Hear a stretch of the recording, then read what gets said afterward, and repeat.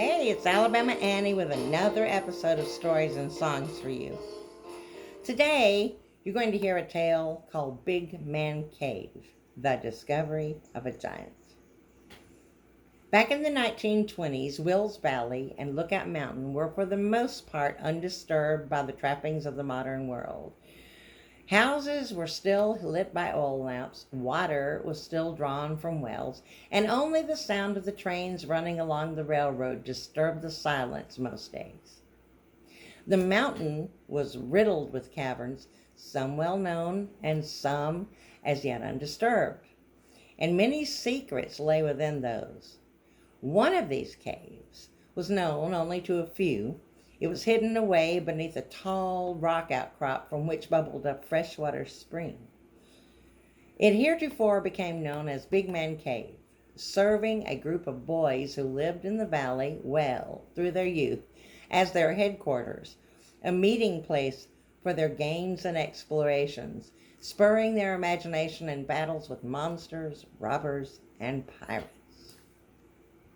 The four boys grew older and outgrew their imaginary battles and such, and turned their attention to the exploration of their lair. And armed one weekend with a good length of rope, oil lamps, candles, matches, and an ample supply of food for their adventure, they set about on a journey further into the cave than they had ever been.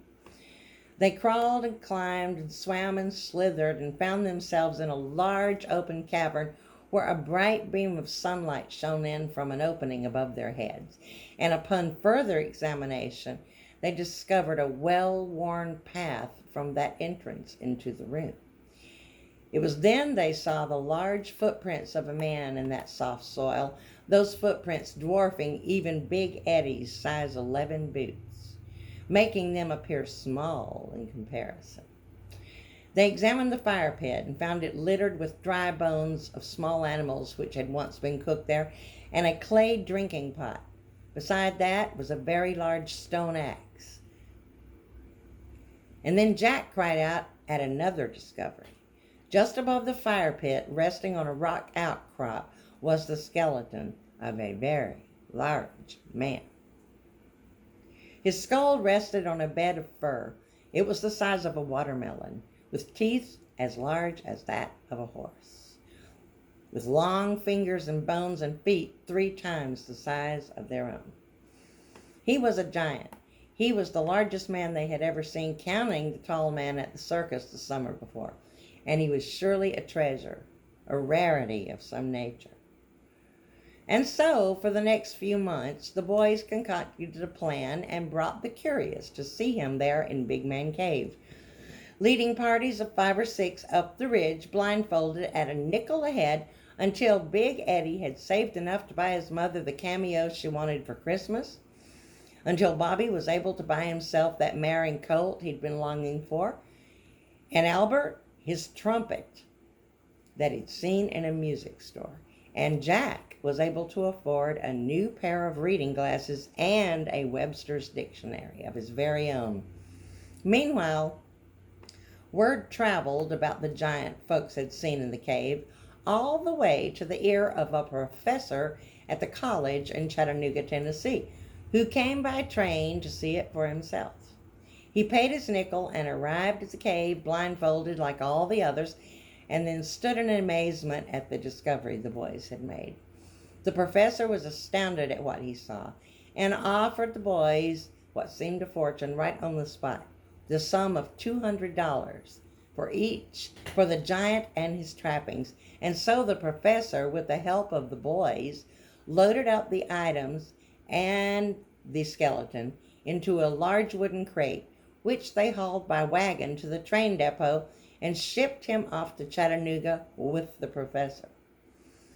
The professor studied the skeleton for months, and the animal remains, the axe head, the clay bowl, and the large sturdy teeth, putting in his find on review in a glass case in the beautiful atrium of the anthropology department.